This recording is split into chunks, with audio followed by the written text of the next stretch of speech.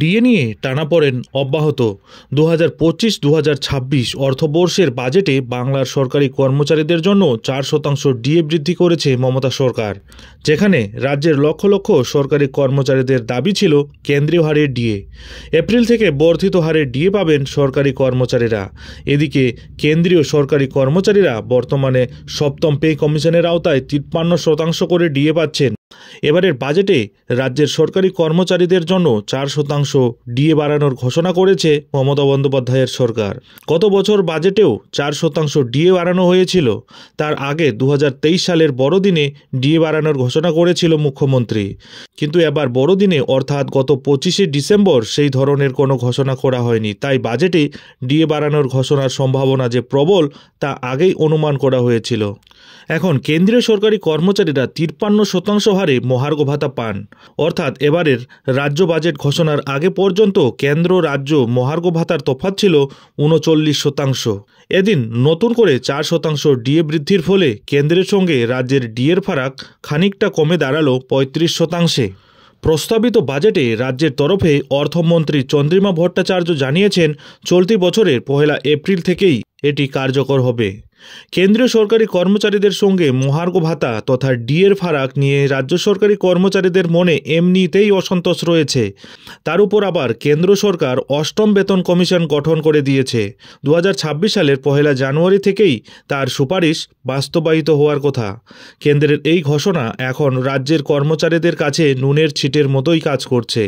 সেই সঙ্গে সরকারি কর্মচারী মহলে এই প্রশ্নও উঠছে যে পশ্চিমবঙ্গে সপ্তম পে কমিশন গঠন কবে হবে। তারই মধ্যে বাজেটে ডিএ বৃদ্ধির ঘোষণা কর্মচারীদের সেই ক্ষতে অনেকখানি প্রলেপের কাজ করবে বলেই মনে করছে বিশেষজ্ঞ মহল। কেন্দ্র ও রাজ্যে সাধারণত 10 বছর অন্তর পে কমিশন গঠন করা হয়। যদিও এ ব্যাপারে কোনো ধারাবাধা নিয়ম নেই, তবে মুদ্রাস্ফীতির পরিস্থিতি এবং উপভোক্তা মূল্য সূচকের সঙ্গে সমন্বয় রেখে সরকারি কর্মচারীদের বেতন পর্যালোচনা করা হয়।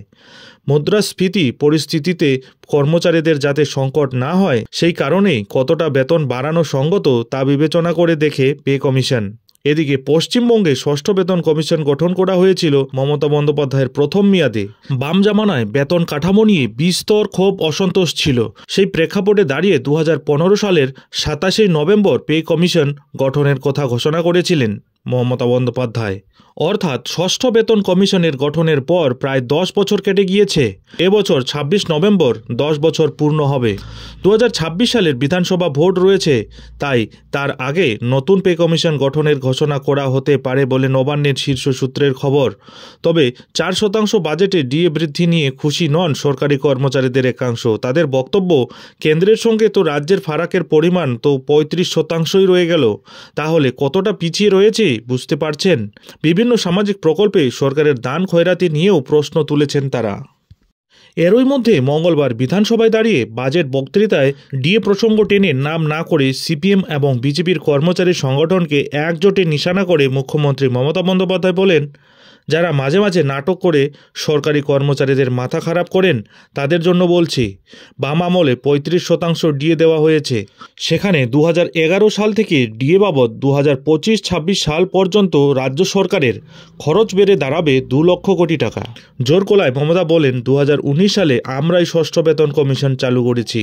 তার আগে পর্যন্ত আমরা সরকারি কর্মচারীদের 90% মহার্ঘ ভাতা প্রদান করেছিলাম, যেটার আর্থিক পরিমাণ হলো 1,67,000 কোটি টাকা। 2019 সালে আমরা যখন ষষ্ঠ বেতন কমিশন চালু করি তখন বেসিক পের সঙ্গে 125% ডিএ যোগ করে তাদের বেতন 2.57 গুণ বৃদ্ধি পেয়েছে। মুখ্যমন্ত্রী আরও বলেন, এই বেতন কমিশন অনুযায়ী যে 14% ডিএ দেওয়া হয়েছে তাতে 19,000 কোটি টাকা খরচ হয়েছে। এই বাজেটে আরও 4% ডিএ বৃদ্ধির ঘোষণা করা হয়েছে। 2011 সাল থেকে আজ পর্যন্ত আমাদের সরকার ডিএ দিয়েছে প্রায় 2 লক্ষ কোটি টাকা। আর এই বিষয় নিয়ে এবার পাল্টা কনফেডারেশন অব স্টেট গভর্নমেন্ট এমপ্লয়িজের সাধারণ সম্পাদক বলেন, মুখ্যমন্ত্রী ঠিকই বলেছেন যে বাম আমলে 35% ডিএ দেওয়া হয়েছিল, কিন্তু তা 2008 সালের 1 এপ্রিল থেকে 2010 সালের 1 ডিসেম্বরের মধ্যে দিয়েছিল। অর্থাৎ 2 বছর 8 মাসে মোট 8 কিস্তি ডিএ দেওয়া হয়েছিল। 2012 সালের 1 জানুয়ারি থেকে 2018 সালের 1 জানুয়ারি পর্যন্ত 65% ডিএ দিয়েছিল এই সরকার, অর্থাৎ 100% ডিএ হয়েছিল। এবার এর ব্যাখ্যা দিয়ে আরও বলেন, 2019 সালের 1 জানুয়ারি থেকে একসঙ্গে 4টি কিস্তির টাকা দেওয়া হয়েছিল বা 25% ডিএ প্রদান করা হয়েছিল। আর 2019 সালের আগে 125% মহার্ঘ ভাতা প্রদানের কথাটাও ঠিক, কিন্তু ষষ্ঠ বেতন কমিশন 2019 সালে হয়নি। ডিএ ছাড়া বেতন কমিশন হয়েছে 2020 এর জানুয়ারি মাস থেকে।